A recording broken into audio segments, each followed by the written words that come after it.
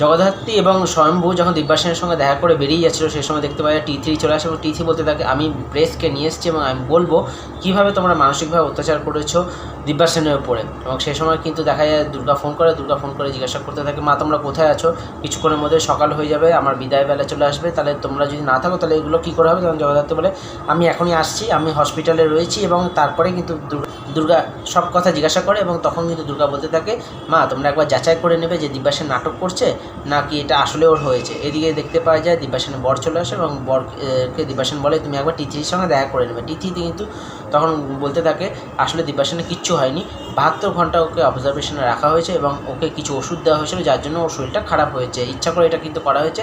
আমাদের মূল টার্গেট হচ্ছে মুখার্জি বাড়িতে হামলা, এই 72 ঘন্টার মধ্যে মুখার্জি বাড়িতে হামলা করা হবে এবং তোমার কাজ হবে সিসিটিভি ক্যামেরাগুলোকে সমস্ত হ্যাক করে নেওয়া এবং এই কাজে তোমাকে আমার লোক সাহায্য করবে। এদিকে দেখতে পাওয়া যায় রাজনাথ মুখার্জি হাসতে থাকে কিন্তু বৈদির উপরে, যখন বৈদি খাবার নিয়ে আসছিলো জামাইয়ের জন্য সেই সময় কিন্তু রাজনাথ মুখার্জি বলতে থাকে তোমরা এইভাবে করবে আমি কিন্তু বুঝতেই পারিনি।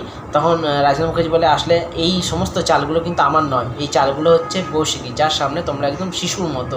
এবং এটা শুনে কিন্তু আরও রেগে যায় বৈদি। দেখা যাক এবার কী হয়।